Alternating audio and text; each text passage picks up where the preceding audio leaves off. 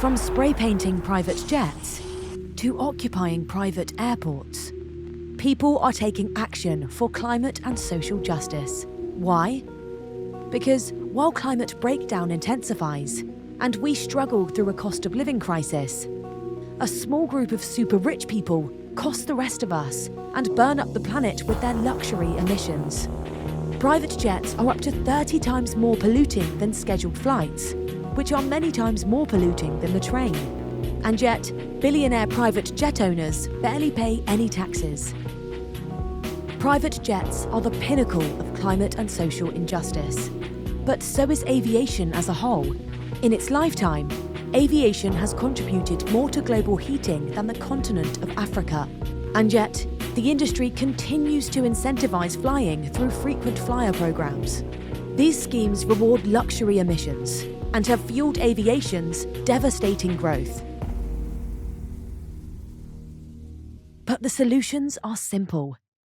We have to ban private jets, ban frequent flyer programs, and tax frequent flyers. We have already seen private jets banned at Schiphol Airport, thanks to a powerful campaign.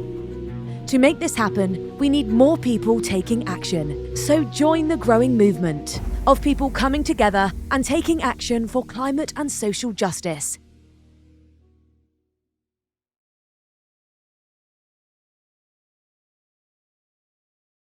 Hello, I'm from your local government franchise with an update on all the latest bullshit. Today's update is brought to you by the government of Japan. Hello, I'm from the government of Japan, where we've issued a warrant for the arrest of Captain Paul Watson, wanted for the crime of being a fucking legend. Remember that time commercial whaling was banned, but we kept hunting whales in the Southern Ocean Whale Sanctuary by saying, "It's purely in the interest of science." Well, this fucking legend stopped us from murdering, researching a shit ton of whales. Get out of here. And as it turned out, he was upholding the law, because the International Court of Justice and Australia's Federal Court subsequently ruled that our whaling was illegal and told us to gitfo. So did we go to jail for acting illegally? Of course not, silly. Instead, we're trying to jail the fucking legend who stopped us from breaking the law. Sure, that might seem unjust, but we've seen other governments prosecuting fucking legends lately, like these ones in Tasmania and these ones in Cambodia. So we thought Japan should have a go at it too. We'd like to thank the Danish government for arresting the fucking legend in Greenland, which is great timing since he was on his way to intercept our new whale killing machine on its maiden voyage to hunt vulnerable fin whales. Tuk tuk, Denmark. You can extradite him to Japan now. Don't worry, we only routinely violate our prisoners' human rights, so thanks to our 99.9% conviction rate, he'll definitely die in jail. We also want to thank our taxpayers for subsidizing the dying whale industry. Literally. Even though few of you eat whale, which is why we have to hire influencers to hawk it to you, all to keep our mates in business at this joint. One of our favorite sources of amakodari positions for retiring officials.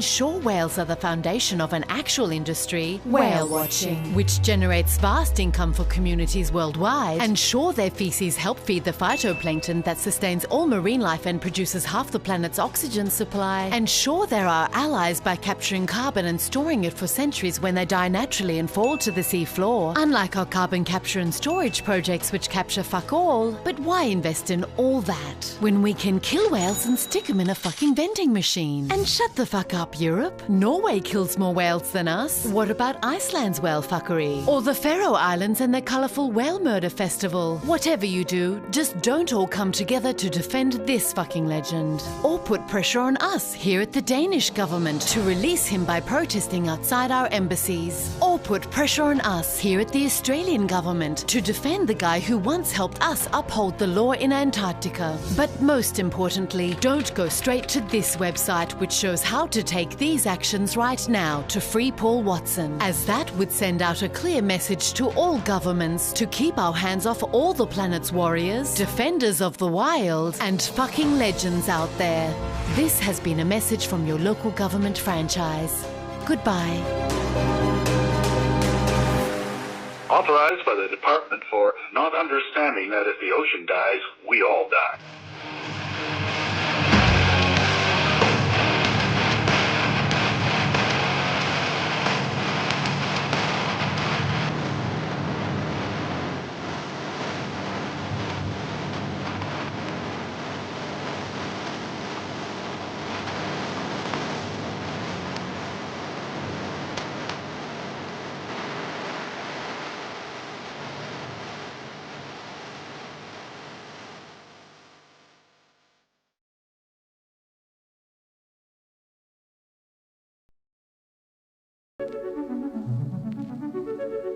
In terms of the energy crisis, there's this three-headed monster of a problem because we have the Ukraine war right now, which is bringing up real concerns about energy security for the government. But it's also just horrifying, the thought that our gas bills are fueling that war.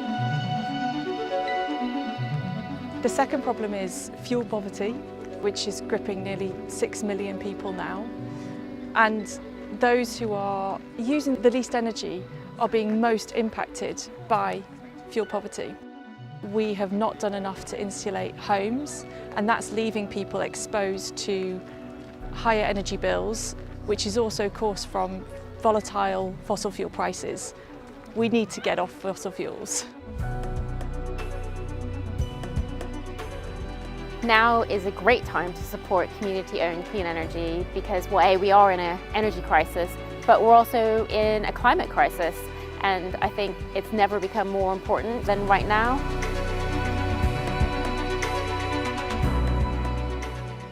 We need more renewables. We want local ownership of that, and we want to help support those who are in fuel poverty, and community energy is a fantastic way of doing that. We are in fact making people's quality of life better quality jobs, better insulated houses, lower food bills, fuel bills. So really trying, there's a real opportunity. We hear a lot about the levelling up agenda to kind of level up, to use the transition towards a kind of a low carbon economy as a real opportunity to challenge and respond to social inequality and provide more opportunities.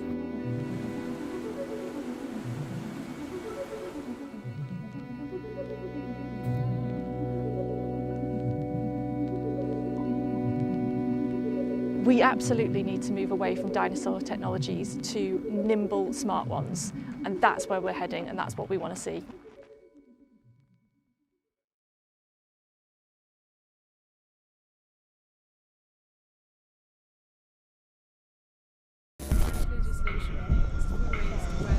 One-third of the food produced for human consumption gets wasted each year. In the UK alone, 8 million struggle to afford a meal and are living in food poverty. But despite this, the UK is wasting millions of tonnes of food each year. We waste around 10 million tonnes of food a year in food businesses and in households, and we also waste about 2.5 million tonnes a year on farms directly where food is produced. And it's not just a social problem in the sense that that food could be used to feed people, it's also an environmental problem.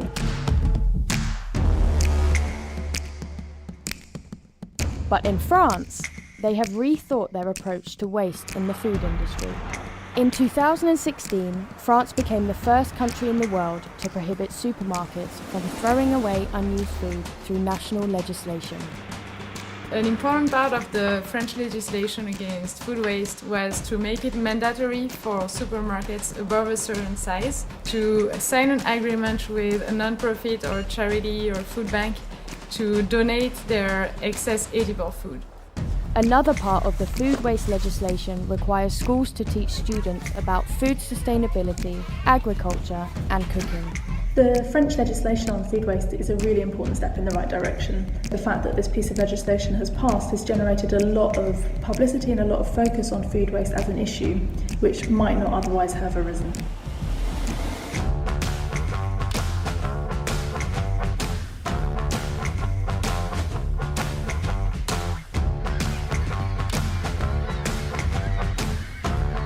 But ultimately, what we need to see is governments like the UK, like France, committing to a binding target of halving food waste by 2030. That would be real progress on food waste. But what do you think? Should we prohibit throwing away unused food? And can the UK do more to tackle food waste?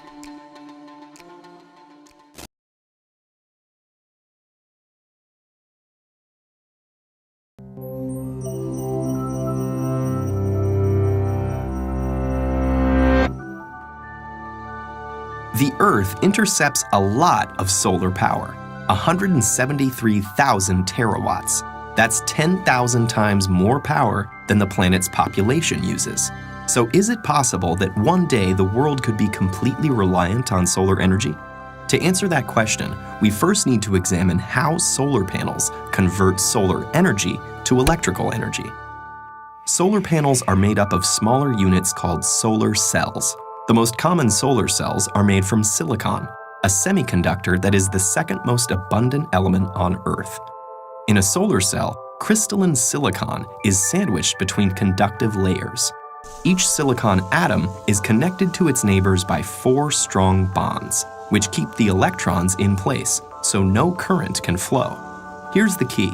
A silicon solar cell uses 2 different layers of silicon. An N-type silicon has extra electrons, and P-type silicon has extra spaces for electrons, called holes. Where the 2 types of silicon meet, electrons can wander across the p-n junction, leaving a positive charge on one side and creating negative charge on the other. You can think of light as the flow of tiny particles called photons shooting out from the sun. When one of these photons strikes the silicon cell with enough energy, it can knock an electron from its bond, leaving a hole. The negatively charged electron and location of the positively charged hole are now free to move around. But because of the electric field at the p-n junction, they'll only go one way. The electron is drawn to the n side, while the hole is drawn to the p side. The mobile electrons are collected by thin metal fingers at the top of the cell. From there, they flow through an external circuit, doing electrical work like powering a light bulb, before returning through the conductive aluminum sheet on the back. Each silicon cell only puts out half a volt, but you can string them together in modules to get more power. 12 photovoltaic cells are enough to charge a cell phone, while it takes many modules to power an entire house. Electrons are the only moving parts in a solar cell, and they all go back where they came from. There's nothing to get worn out or used up, so solar cells can last for decades. So what's stopping us from being completely reliant on solar power? There are political factors at play, not to mention businesses that lobby to maintain the status quo. But for now, let's focus on the physical and logistical challenges. And the most obvious of those is that solar energy is unevenly distributed across the planet. Some areas are sunnier than others. It's also inconsistent. Less solar energy is available on cloudy days or at night. So a total reliance would require efficient ways to get electricity from sunny spots to cloudy ones, and effective storage of energy. The efficiency of the cell itself is a challenge too. If sunlight is reflected instead of absorbed, or if dislodged electrons fall back into a hole before going through the circuit, that photon's energy is lost. The most efficient solar cell yet still only converts 46% of the available sunlight to electricity, and most commercial systems are currently 15 to 20% efficient. In spite of these limitations, it actually would be possible to power the entire world with today's solar technology. We'd need the funding to build the infrastructure and a good deal of space. Estimates range from tens to hundreds of thousands of square miles. Which seems like a lot, but the Sahara Desert alone is over 3 million square miles in area. Meanwhile, solar cells are getting better, cheaper, and are competing with electricity from the grid. And innovations like floating solar farms may change the landscape entirely. Thought experiments aside, there's the fact that over 1 billion people don't have access to a reliable electric grid, especially in developing countries, many of which are sunny. So in places like that, solar energy is already much cheaper and safer than available alternatives like kerosene. For, say, Finland or Seattle, though, effective solar energy may still be a little way off.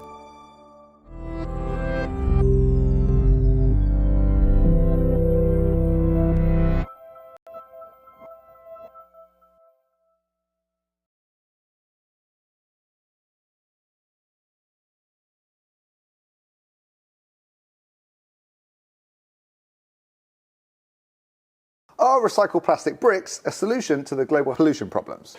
Super strong. These actually are stronger than a concrete block, believe it or not. The way that we do this is through a process of extrusion, pumping it into the mold. So this is the mold for this particular brick. about 1.5 kilos of plastic in this particular brick, which is around about 1,000 milk bowl tops. So this is the extruder that they use. They load the plastic at the top here, feed it through the barrel and into the mould at the other end. So once the mould is full, we're going to take it off the extruder and pop it into our water bath so it can cool down and we can release the plastic brick from inside. So we leave it in the water bath for about 15-20 minutes. Now it's ready to demould, so we can take the mould grips off and get this brick out.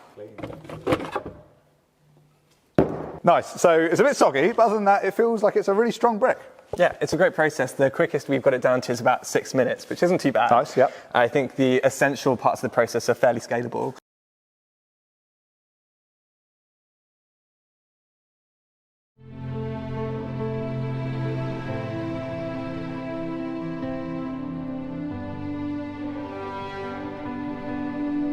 We're living in a climate emergency.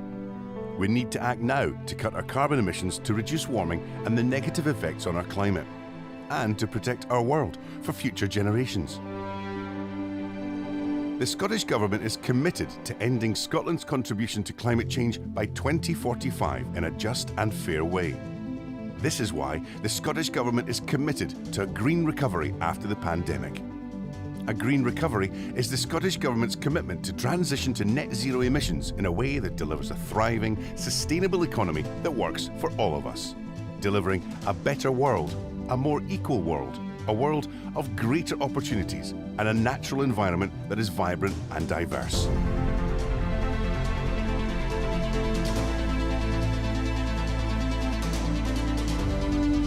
The Scottish Government's Community and Renewable Energy Scheme, CARES, helps communities to transition through renewable energy projects. CARES is a one-stop shop for communities wanting to put their renewable energy ideas into action. We help fund local community renewable energy projects, and our network of development officers and specialists give free and expert advice to communities every step of the way, helping communities to reduce their carbon footprint and save energy, helping to create a healthier, happier and more successful nation. Since 2010, CARES has provided £54 million in funding to make Scottish communities greener. We've supported over 600 projects across Scotland and provided advice to more than 900 organisations. Braehead Community Garden installed solar panels and now generates its own electricity. Loch Ness Hub installed air source heat pumps, a low carbon heating system, and has reduced its carbon emissions and energy bills. Green Craig near Falkirk built its own wind turbine and uses the money it makes to invest in local community projects. Service invested in Corrimony Wind Farm, providing them with a sustainable income that will empower their community for years to come. From Applecross on the west coast to Aberdeen and beyond, local communities have developed hydropower to generate their own energy and provide income to their communities.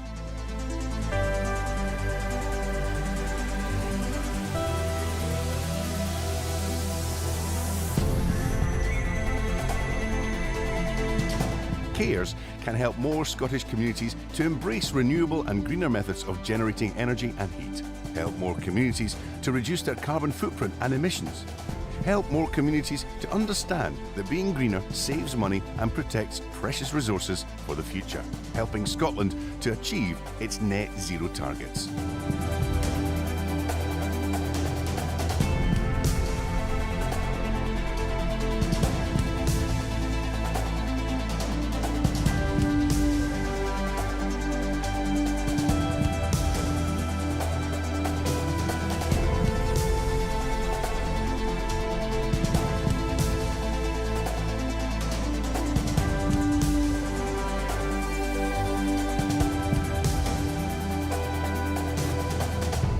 We'll reach net zero by working together, and now is the time to act.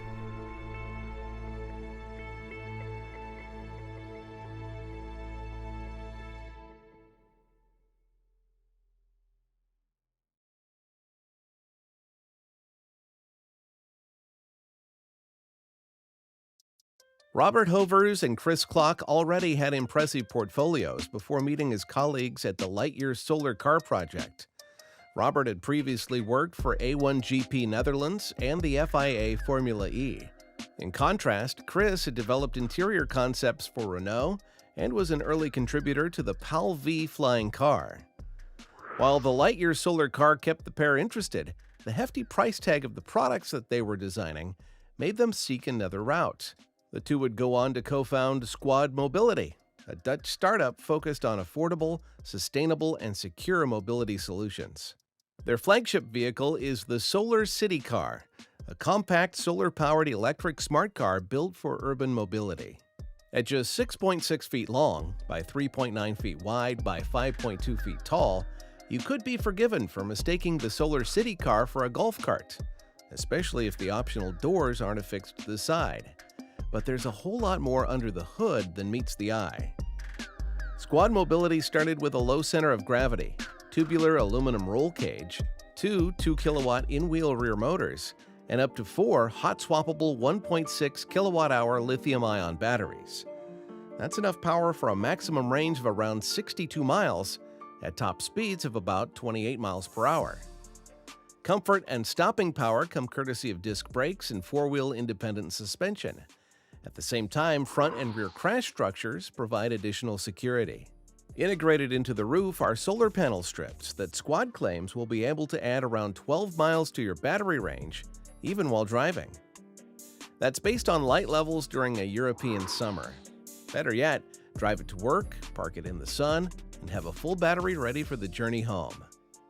If you're low on juice and the sun isn't exactly shining, the hot-swappable briefcase-like batteries can be taken with you and charged at a standard 220-volt outlet. Squad says the Solar City Car will be perfect for mobility sharing, similar to the way e-scooters are rented out in some cities. Rather than relying on customers to charge them, a public Solar City Car would recharge while waiting to be used. They're also very space-conscious. 3 Solar City Cars can fit in a single standard parking space.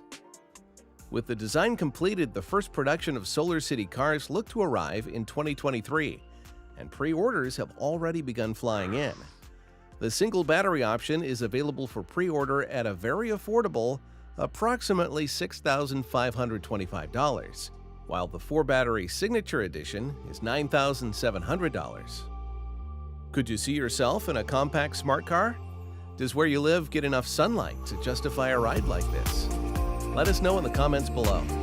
Come to a company that is heavily driven by global warming.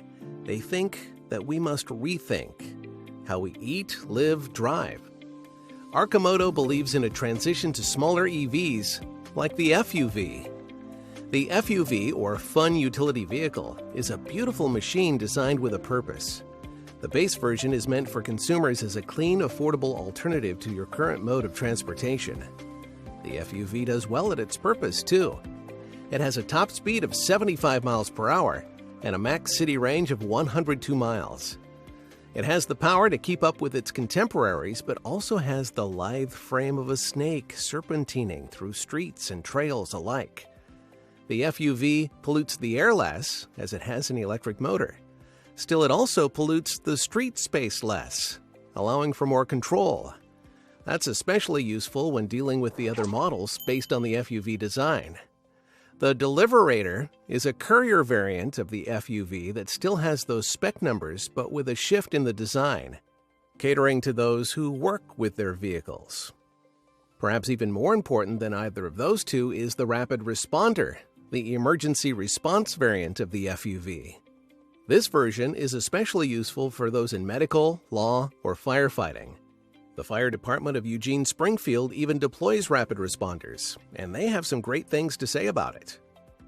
The FUV and all its variants are certainly a viable consideration in the new market, and they offer unique help to people.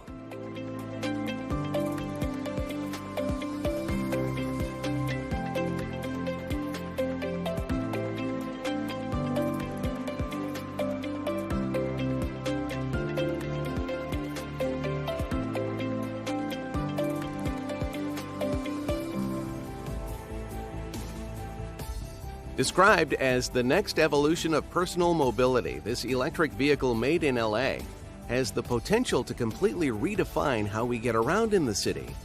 Eli's self-stated goal is to revolutionize urban trips and connect cities and communities in a new way that reduces congestion and pollution. It comes in relatively cheap too, competing against the industry giants like Tesla. The Zero is completely zero emission and is designed for short trips, perfect for those who live in the city and don't need their cars for long road trips.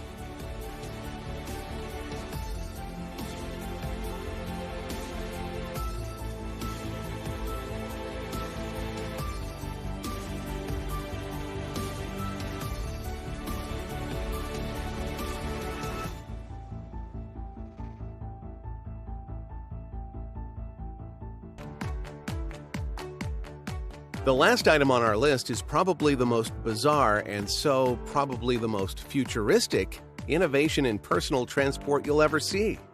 The Nimbus is, in essence, a closed-off, windowed bicycle that can sit two people, a passenger and a driver. To turn, the whole vehicle shifts, just like a bicycle. The physics take a little getting used to. But what's impressive about the Nimbus is that it boasts speeds far higher than what you would expect of a bike with its size. At full pace, the Nimbus clocks in at an impressive 50 miles per hour, more than enough to keep up with urban traffic. Also included are 3 airbags, automated emergency braking, lane departure warning, ABS, and traction control. You're able to add climate control, Bluetooth speakers, and a touchscreen control display. Its price is comparable to the high-end premium e-bikes, only with all-weather protection and luxury inclusions as standard.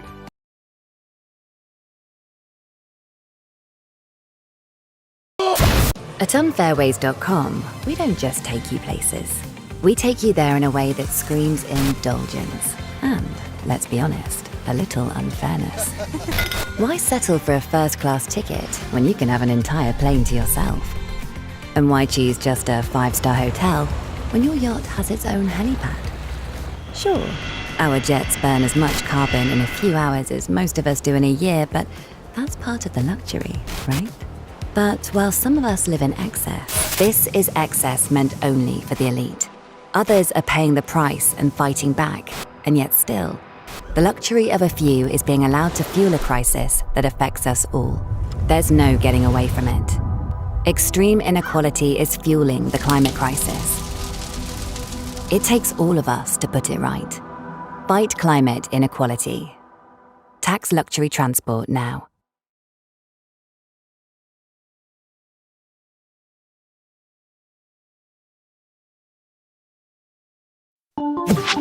This is one of the few rare pockets of wilderness left in the UK. A wetland in Cornwall where beavers, reintroduced in 2017, managed to reshape an intact ecosystem. Elsewhere in England, at West Blean Woods, these European bison are waiting for their release in 2022. Their mission is to function as ecosystem engineers and hence allow other species to thrive.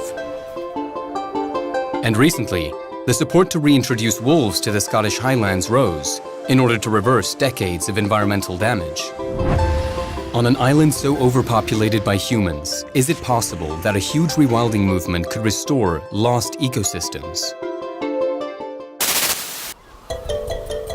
In the past, the UK was full of wilderness and home to brown bears, lynx, and wolves, all of which are now extinct in the country. Meanwhile, around 70% of the UK's land area is used for agriculture, which has decimated large parts of the ecosystem. Yet agriculture only employs 1.5% of the UK's workforce and contributes around 0.5% to its GDP. This juxtaposition has led many to question whether the UK's land area is being used effectively. Forecasts suggest that in the period between 2015 and 2030, about 11% of agricultural land in Europe will have a high risk of abandonment by farmers, leaving behind large areas of unused land. In recent years, this has inspired a growing rewilding movement across the UK. Originally, the concept of rewilding was associated with the restoration of large, connected wilderness areas that support wide-ranging keystone species and apex predators like the grey wolf. Since then, 3 broad forms of rewilding have been distinguished. Passive or ecological rewilding focuses on letting nature take care of itself, enabling natural processes to shape the ecosystem, like here in Oostvaardersplassen in the Netherlands, where animals graze freely and totally unassisted by humans. Translocation or trophic rewilding is a more active approach, which involves the reintroduction of species that were native to the area in recent history. The presence of a keystone species, like the Iberian lynx in Spain, helps to restore missing or dysfunctional ecosystem processes.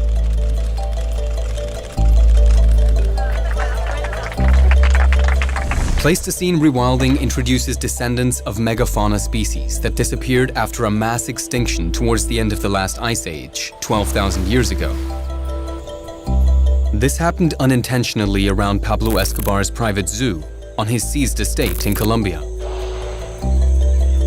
This form of rewilding is largely disputed as it bears a high chance of uncertain impacts due to the potential risks connected to the introduction of a completely foreign species into an ecosystem. In 2017, Chris and Janet Jones from Woodland Valley Farm brought Eurasian beavers back to Cornwall in an attempt to transform their farm into a biodiversity hotspot.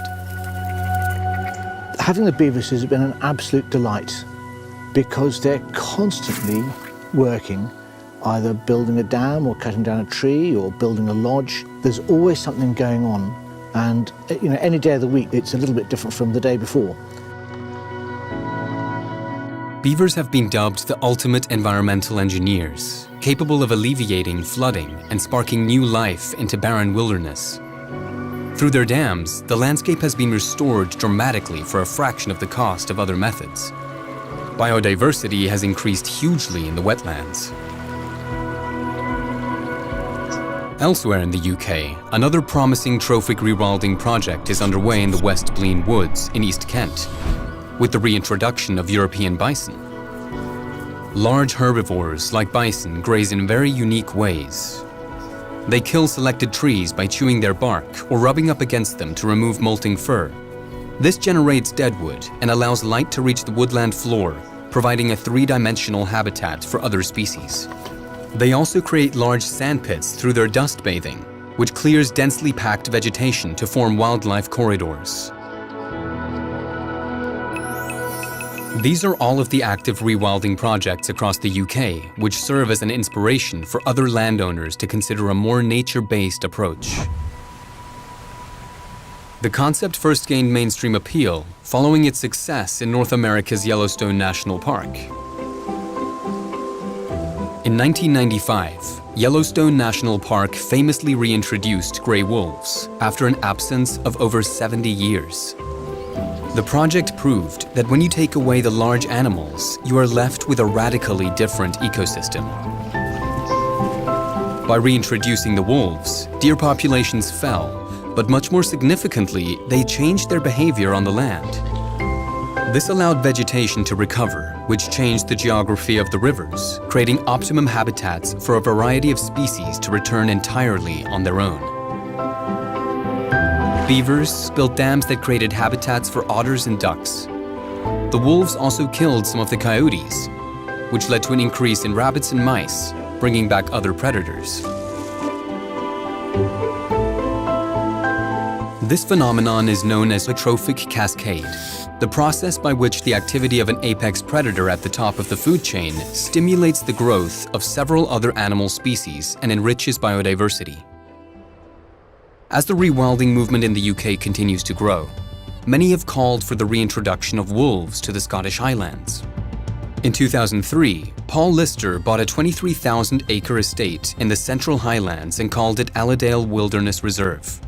He planted more than 900,000 trees, boosted red squirrel populations, protected salmon, and created a Scottish wildcat habitat.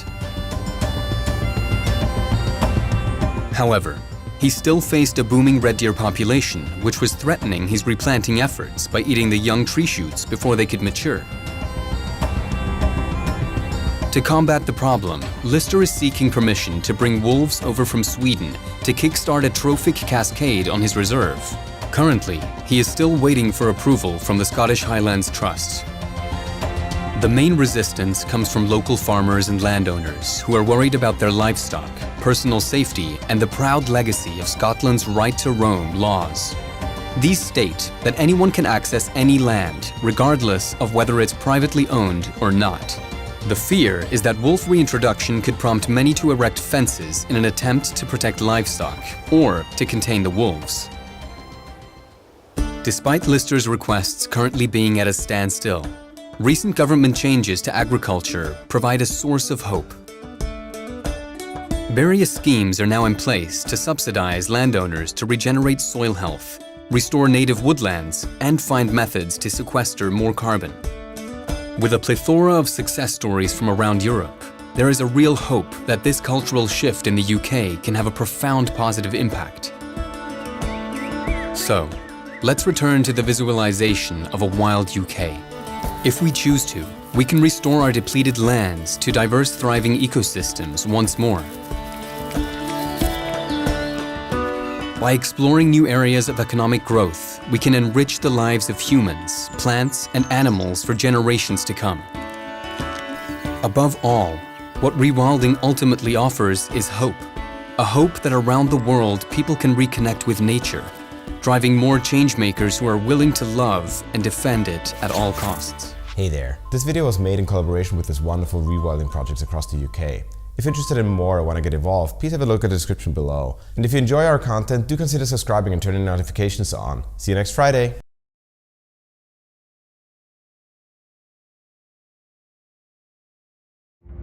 Our oceans sustain life. An abundant ocean can feed 1 billion people a healthy meal every day forever.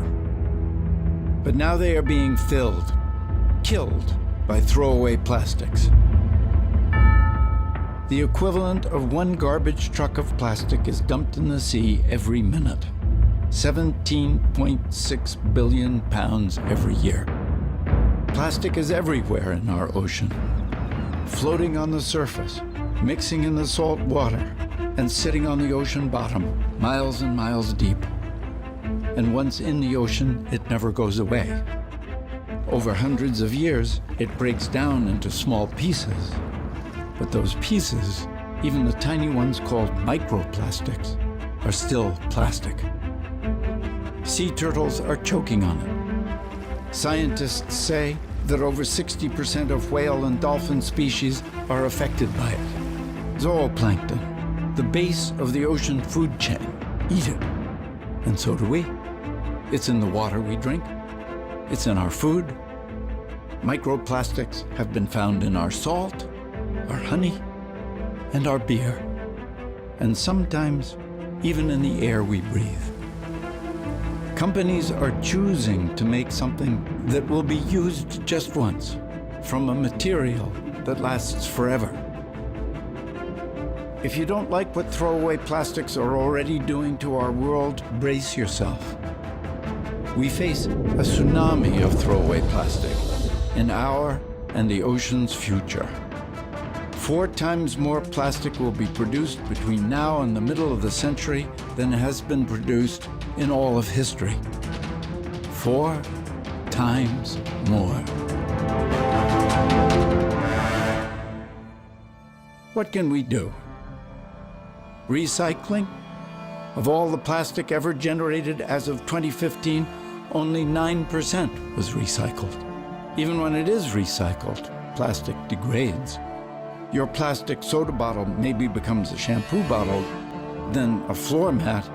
Even in the best case, it doesn't recycle, it downcycles.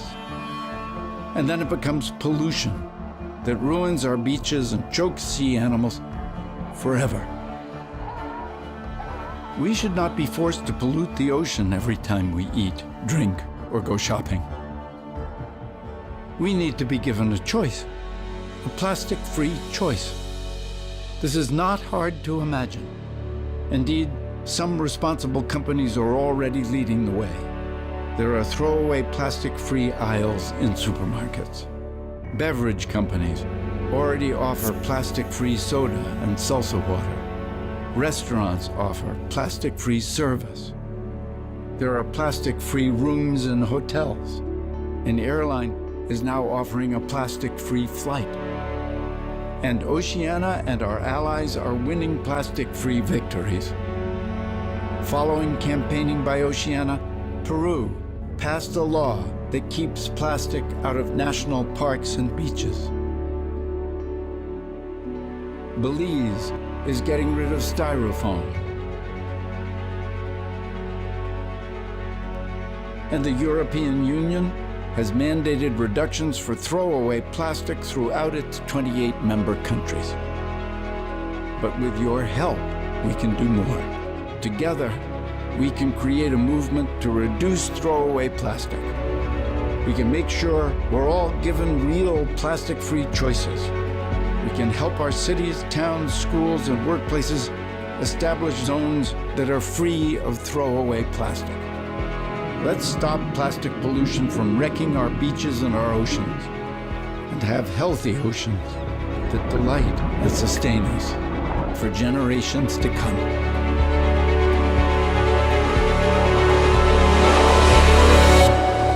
Please join our campaign. Go to oceania.org/plastics today.